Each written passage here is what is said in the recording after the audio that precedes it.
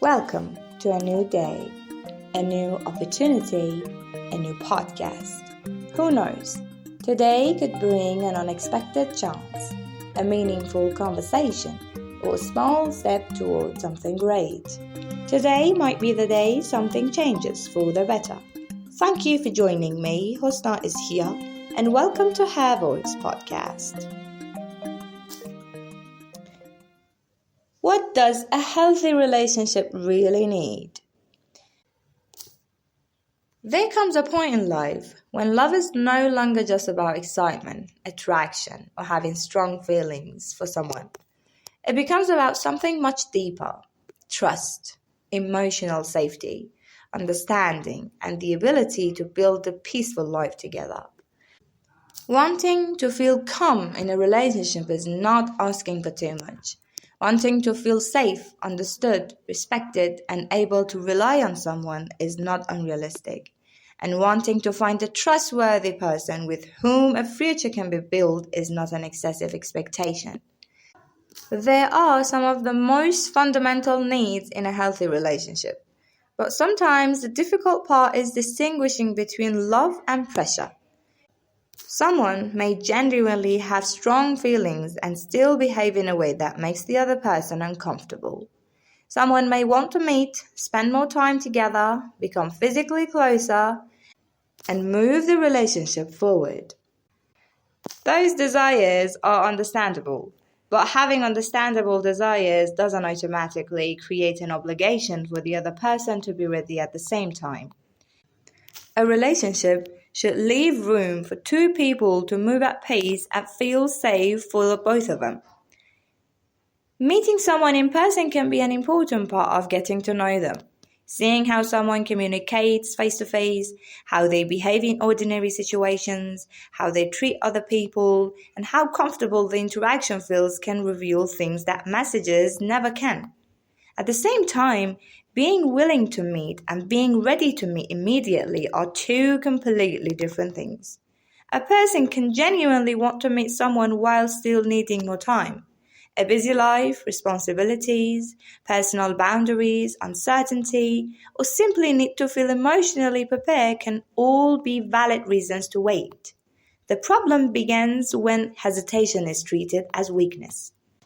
Statements such as, "You're running away," "You're not trying to fix the relationships," "You're going to regret this," or "If you don't do this, I'll lose my feelings," can create emotional pressure. Even when they are expressed out of frustration rather than manipulation, they can make someone feel reasonable for another person's emotions. Healthy communication sounds different. It sounds like, "I understand that you're not ready yet. Can we talk about what will make you feel more comfortable?"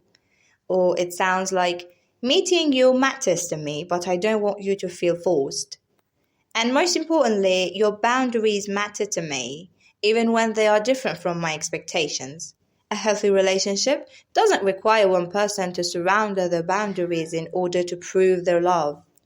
There is another important issue that often gets overlooked: the difference between giving someone the right to have an opinion and giving them the right to make decisions for you. A partner has the right to say what they want. They have the right to express their expectations. They have the right to explain what they need from a relationship. But the other person still has the right to say, "I understand your point, but I cannot agree with you." That sentence can exist inside a healthy relationship.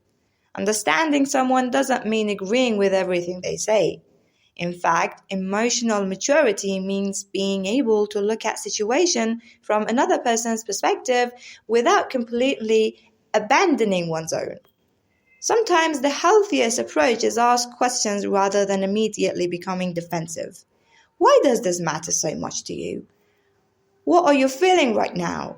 What do you think I'm misunderstanding? What do you think I'm trying to say? This kind of communication creates space for clarification instead of conflict. It also allows both people to recognize that being misunderstood doesn't necessarily mean that someone is a bad person. Sometimes two people simply interpret the same situation differently. The goal should not always be discover who is right. The goal should be discover what is it actually happening between the two people. Another important part of the relationship is the ability to make each other feel seen. Small details can matter enormously. When someone notices a change in appearance, remembers a small detail from a previous conversation, recognizes an effort, appreciates something that was done specially for them, or becomes genuinely excited about something that matters to their partner, it can create a powerful feeling. I am seen. And feeling seen can make people feel loved. Love is not only expressed through dramatic declarations.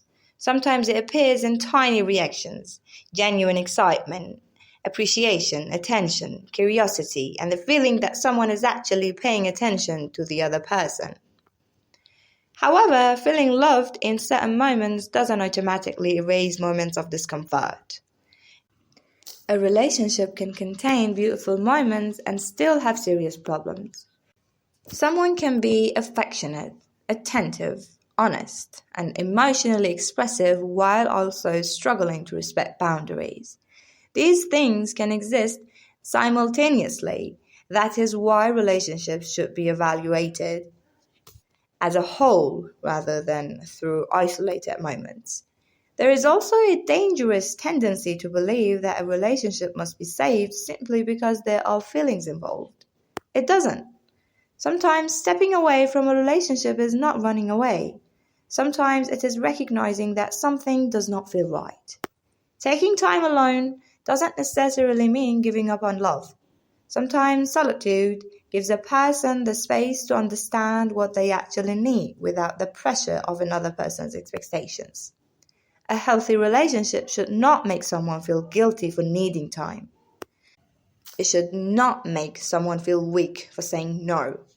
It should not make someone feel responsible for maintaining another person's desire. And it should never make someone feel unsafe. Especially when a relationship is new, boundaries matter enormously. Nobody owes another person physical intimacy, private meetings, or access to their body simply because there are feelings involved. Consent is not something that exists only at the beginning of the relationship. It has to remain present through it. If someone repeatedly ignores boundaries, pressures the other person into situations they are uncomfortable with, or makes them afraid of what might happen if they say no, that is a serious warning sign. A relationship should create a sense of security, not fear. And perhaps one of the most important lessons is this: a person doesn't have to prove their love by becoming uncomfortable. Love should allow two people to become closer without either person losing the sense of self. A future family should be built on peace, trust, respect, and emotional security. If the dream is to create a home where future children feel safe enough to return, then that safety has to exist between the adults first. That kind of home doesn't come from two people agreeing on everything. It comes from two people learning how to disagree without humiliating each other, how to communicate without threatening each other, how to respect boundaries without taking them personally, and how to listen without immediately trying to win. Perhaps the real question in a relationship is not how much does this person love me?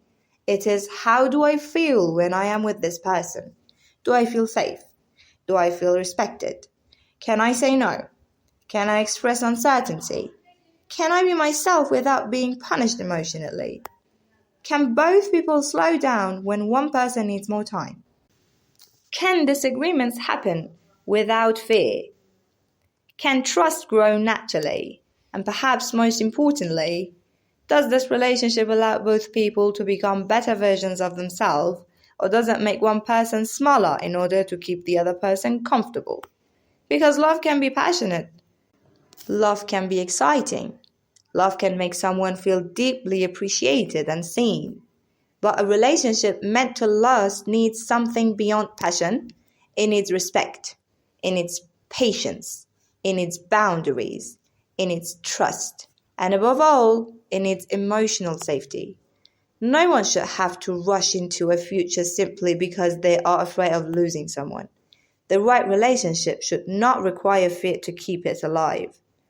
It should have enough respect to allow two people to choose each other freely, carefully, and at a pace that feels right for both of them. That will be it for today's episode. Thank you so much for listening, and until next time, take care of yourself and keep moving forward.